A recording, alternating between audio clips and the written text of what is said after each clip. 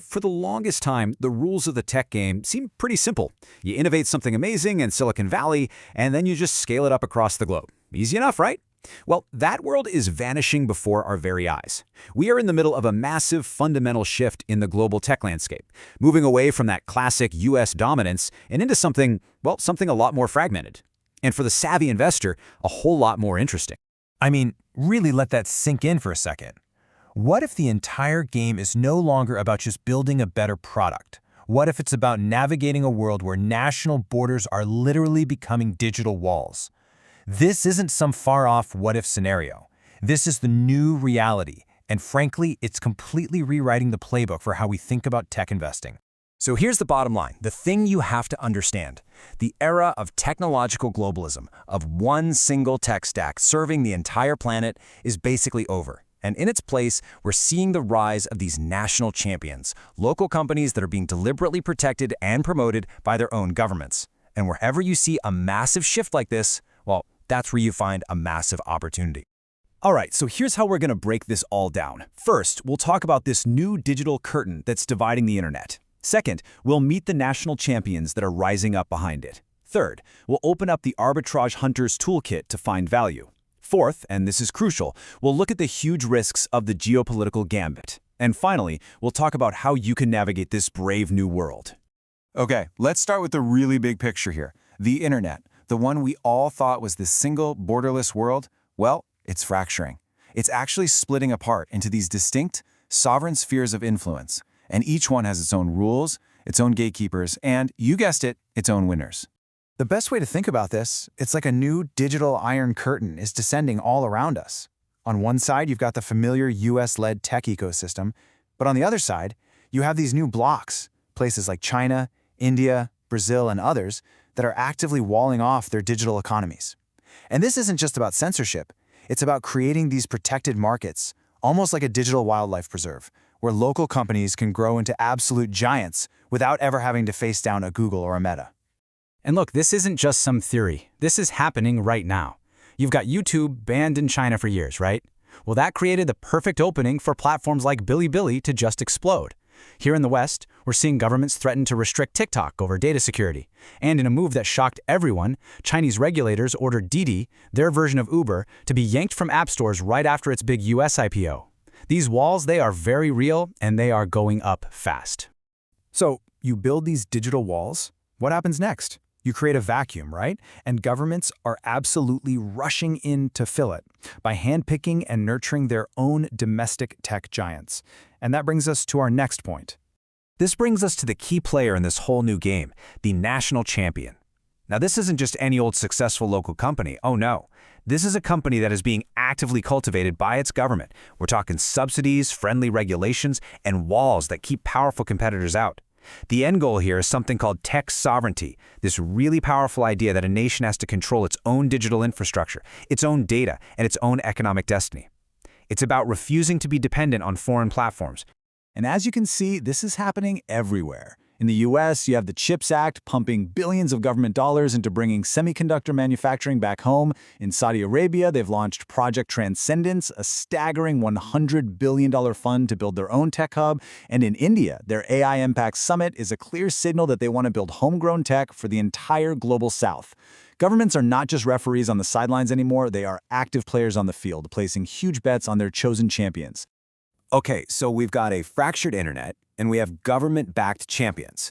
That's the setup. But how do we, as investors, actually find the opportunity in all of this? This is where we need to open up the toolkit. The core idea we're playing with here is called arbitrage. At its simplest, it's just about buying something cheap in one market and knowing you can sell it for more in another. For our purposes, it's about spotting a valuation gap. We're looking at a huge US tech giant, and then we're looking at its local equivalent over in a protected market, say Japan or Brazil, and we're asking a simple question. Is there a major difference in how the market is pricing these two very similar businesses? To do that, we start with the classic price-to-earnings, or PE ratio. It just tells you how many dollars you're paying for $1 of a company's current profit. Simple. But PE alone doesn't tell the whole story, especially with these fast-growing national champions. And that is why we need the PEG ratio. The PEG ratio is a total game changer because it adds the magic ingredient, growth. It takes that PE ratio and it divides it by the company's annual earnings growth rate. This is brilliant because it tells you not just if a stock is cheap right now, but if it's cheap relative to its future potential. You know, the legendary investor Peter Lynch had this great simple rule of thumb. He basically said a fairly valued company should have its P/E ratio equal to its growth rate. In other words, a PEG ratio of 1. So if you can find a company with a PEG ratio below 1, well, you might be looking at a serious bargain. It's a sign that the market hasn't quite woken up to how fast it's going to grow. Okay, let's make this super concrete. Take a look at the table. You've got a US tech giant, let's say it's like a Google, trading at a PE of 25. Not crazy, but its growth is maybe slowing down to 15% a year. That gives it a PEG of 1.67. You could argue that's a bit pricey. Now look over at the national champion. Its PE is 22, pretty much the same, but because it's in a protected, high-growth market, its estimated growth is 30%.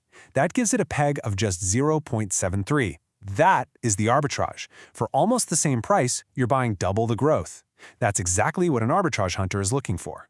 Now, finding a company with a fantastic PEG ratio, that sounds easy enough, right? But before you log into your brokerage account, we have to talk about the other side of this coin, the part that can wipe you out completely. This is the brutal truth about political risk. See, when you invest in a national champion, your biggest risk isn't that they miss their quarterly earnings numbers. It's not a new competitor. The biggest risk is that the very same government that built them up decides to change the rules of the game. And this risk is binary. This isn't your stock dipping 10%. This is about your investment going to zero, overnight. And the DD delisting is the perfect, terrifying cautionary tale. Just look at how fast this all unraveled.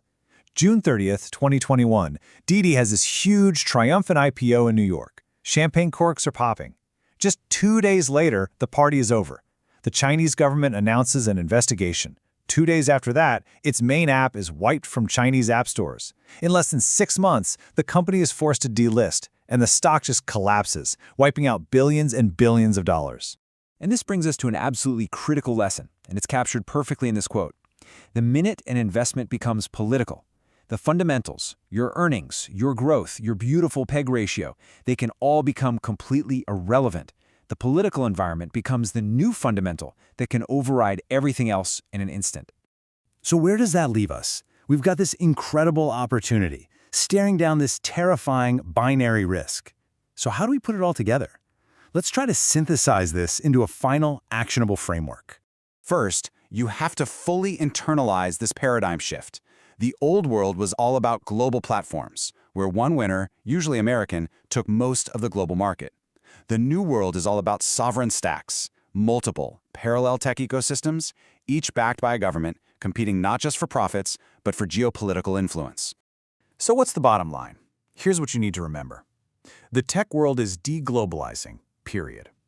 This is creating these government-backed national champions. And while awesome tools like the PEG ratio can help you find incredible value, you can never, ever forget the ultimate trump card. Geopolitical risk can wipe you out.